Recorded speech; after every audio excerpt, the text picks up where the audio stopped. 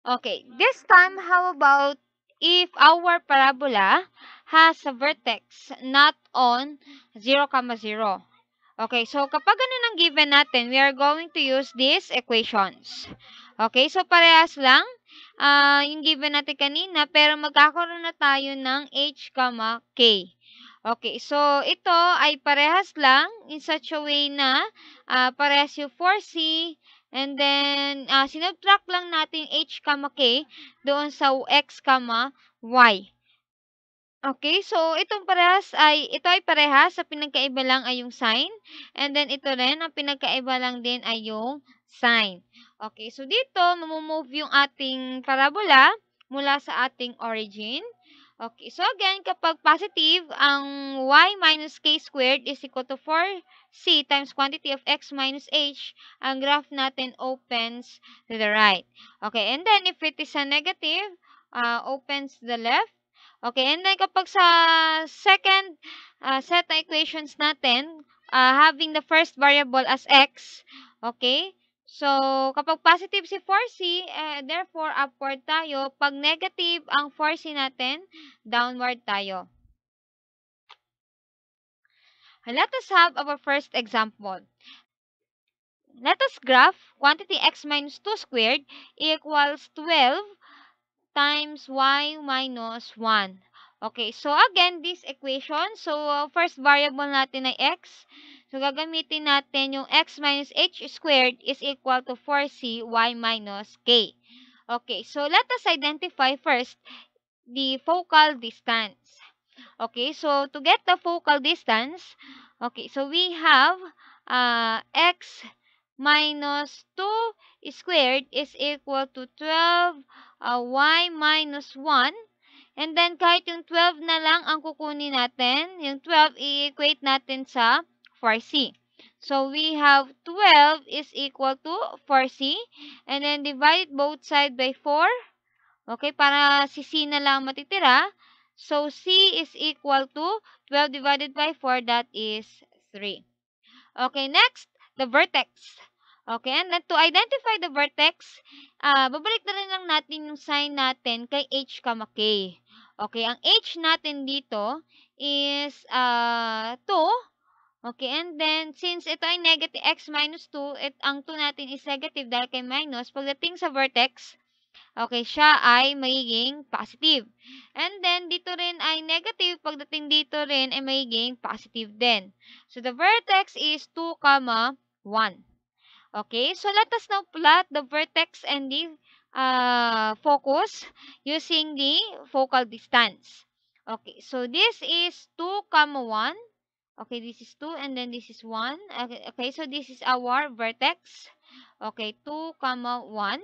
And then, ang ating focal distance is 3 units.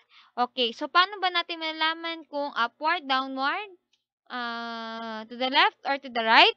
Okay, titingnan natin doon sa ating table kanina. Okay, so kanina, nakita natin na ito yung sinunod natin kanina. So, opens upward. So, para maging masadali, okay, so angat tayo ng 3 units. So, 1, 2, and 3. So, this is our focus. Okay, ang focus natin ngayon is nasa 2, 4. Okay? Next, axis of symmetry. Ang axis of symmetry natin, that is a line passing through the vertex and the focus. So, yung equation natin dyan, okay, siya ay nasa, yung line natin ay nag-intersect sa x-axis, okay, at point 2. So, the axis of symmetry x is equal to positive 2. Okay, next, the directrix. Okay, the directrix again is mula dito sa ating vertex, bilang tayo ng 3 units, nakabaliktaran doon sa ating focus. So, kung pataas sa focus, pagdating sa kabila, yun yung directrix. So, we have 1, 2, and 3. So, this is the point for the directrix, and draw a line perpendicular sa ating axis of symmetry. Okay, dapat yan ay 90 degrees. So, this line is anong equation natin para kay directrix? Okay, tingnan natin yung line nag-intersect ngayon sa y-axis. So, therefore, ang directrix natin is y is equal to, okay, so saang point sa y-axis tumama yung directrix natin? Nasa negative 2. Okay, so therefore, the directrix is negative 2. Okay, next, the length of the latus rectum. Okay, the length of the latus rectum is dodoblehin lang natin yung ating focal distance para sa isang side ng parabola. So, mula sa focus, bilang tayo ng dalawang 3 units. So, we have 1, 2, 3. 1, 2, and 3. So, this is our one end point of the latus rectum.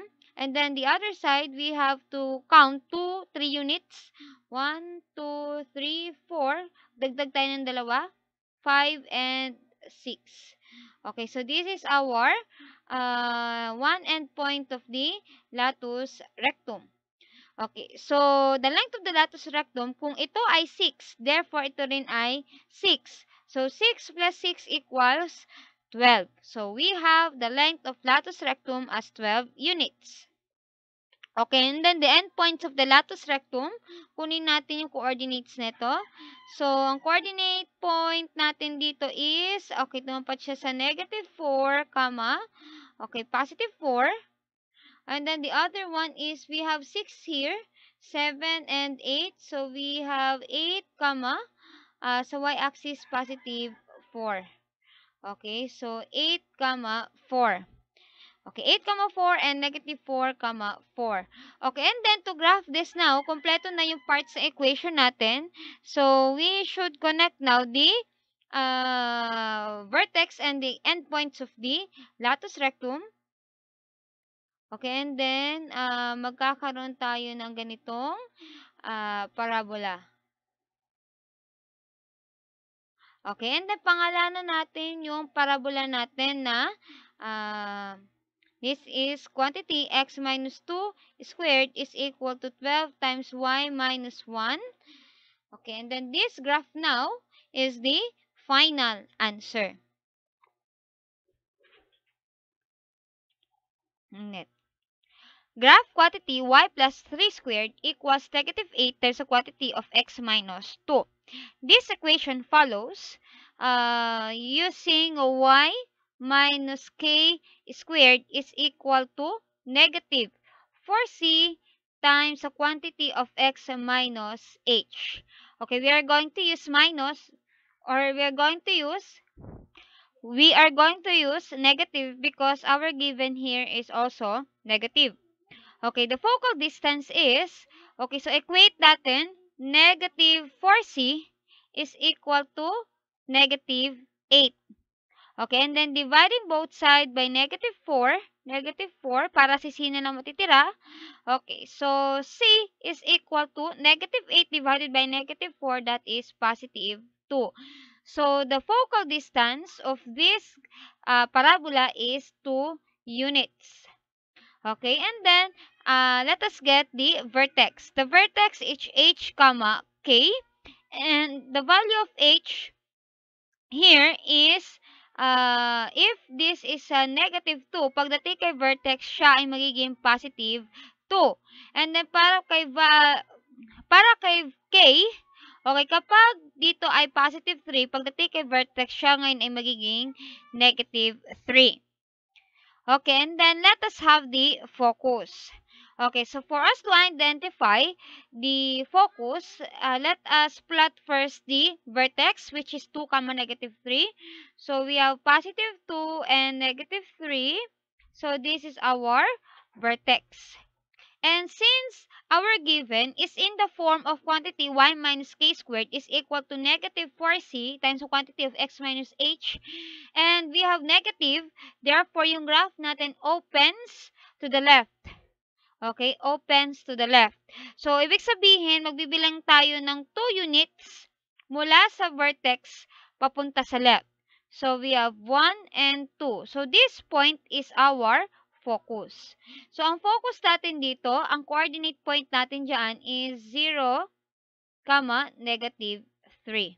Okay, ang vertex is 2, negative 3. Okay? So, focus again is 0, negative 3. Next, let us get the axis of symmetry. The axis of symmetry ay nandun yung line wherein yung vertex and yung focus ay nandoon. So, the axis of symmetry here is y is equal to nasa ang point na nag-intersect yung ating directrix. Mali. Sa ang point nag-intersect yung ating axis of symmetry nasa negative 3. So, y-axis, nasa y-axis yung point natin, and y is equal to negative 3. And then the directrix, bilang tayo ng 2 units sa kabila ng focus. So, we have 1 and 2. So, this point is part of the directrix. Draw tayo ng line. Okay, draw tayo ng line na perpendicular. Okay, perpendicular sa ating axis of symmetry. Okay, and then the directrix that we have here is nag-intersect siya sa x-axis. So, we have x is equal to, nag-intersect at positive 4. So, x is equal to 4. And then the length of the latus rectum. So, the latus rectum natin with the focal distance of 2 units mula sa focus bilang tayo ng dalawang 2 units. Kasi lagi natin dodoblehin yung length of the latus rectum doon sa kabilang part or sa kalahating part ng parabola. So, mula sa focus bilang tayo ng dalawang 2 units. So, we have 1, 2, 1, and 2. So, this point is one end point of the latus rectum. And then, kung ano yung ginawa natin sa kabila, ganun din sa kabila ng focus. So, we have 1, 2, 3, tapos isa pang point dito. Okay, so dito is one end point of the latus rectum. So, the coordinates of the end point here is we have 0, positive 1, and then the other one here is 0, negative 7. So, the length of the latus rectum is, we have 4 units here and then another 4 units here. So, 4 plus 4 equals 8 units. Okay, and then the endpoints of the latus rectum, as I mentioned, we have 0, negative 7 and 0, positive 1. And then connecting the points of the vertex and the endpoints ng ating latus rectum, so we will have a graph of this. Okay, so this is one endpoint. Okay, dapat yan ay parabolic, hindi siya pa V-shape. So we have here and another is here. Okay, so the name of this graph is mula sa ating given na y plus 3 squared is equal to negative 8 times the quantity of x minus 2. And this graph now is the final answer.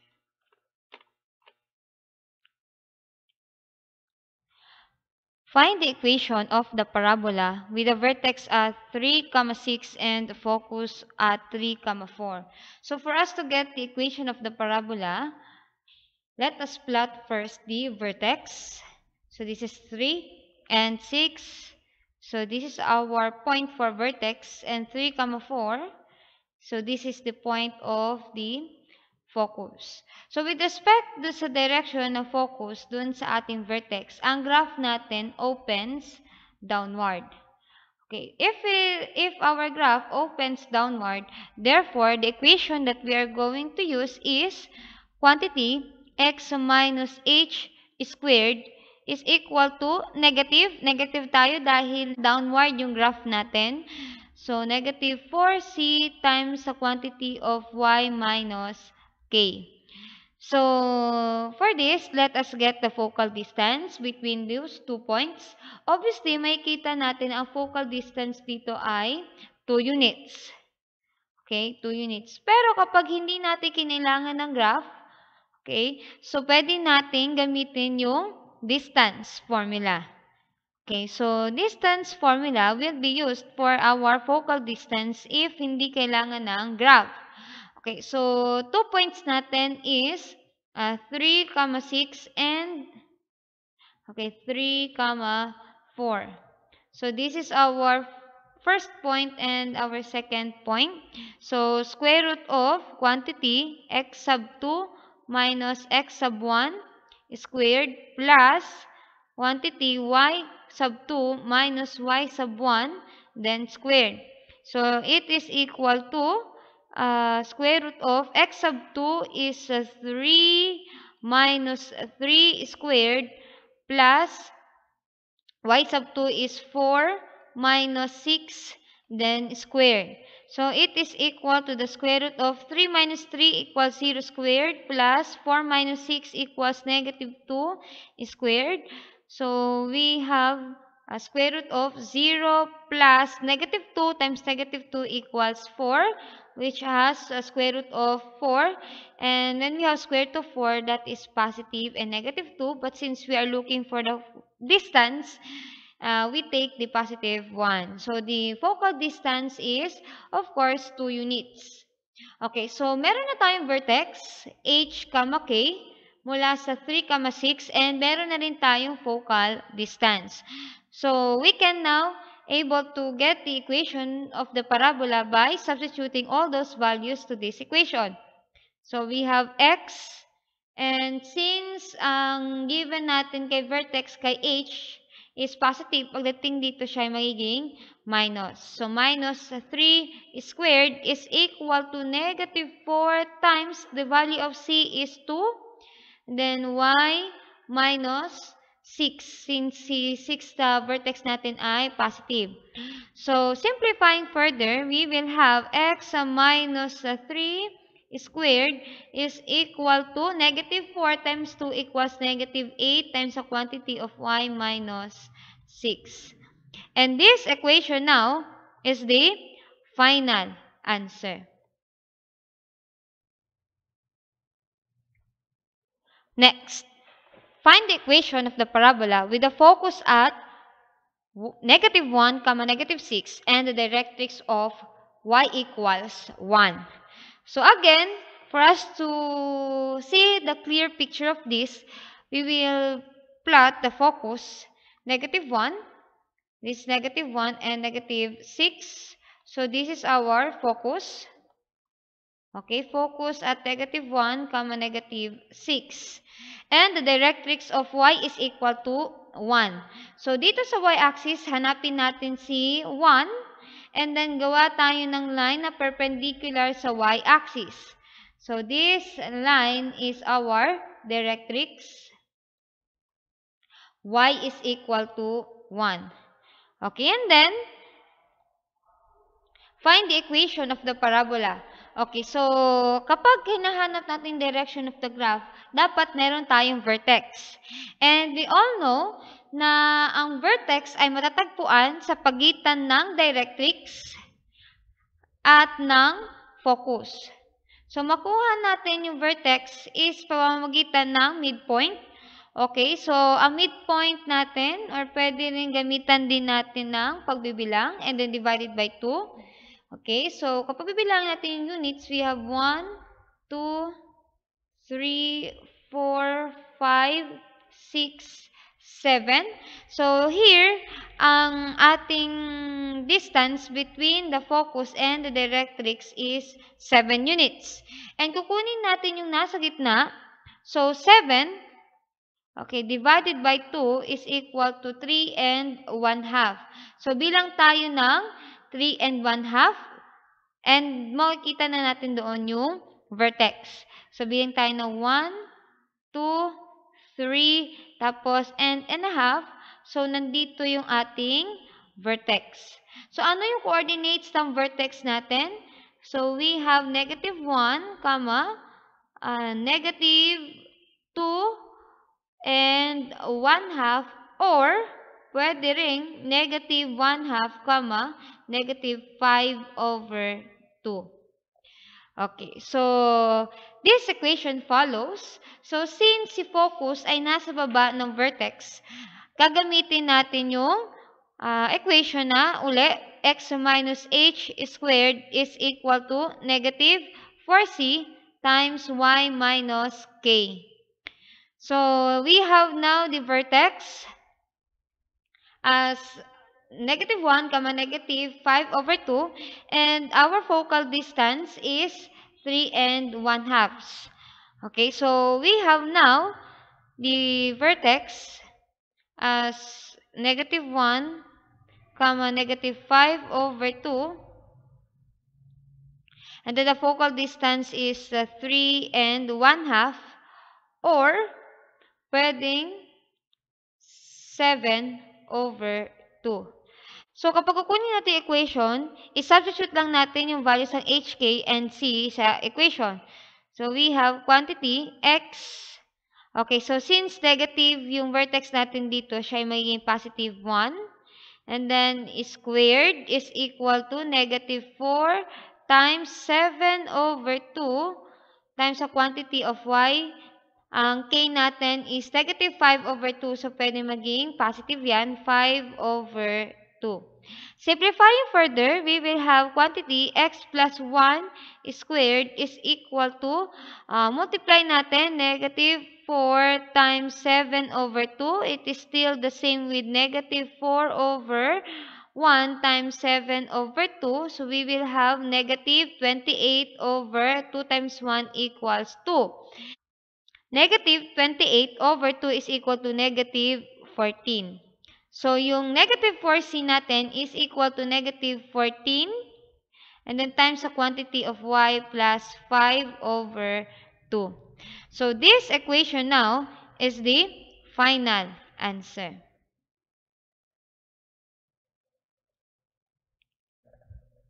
Your activity.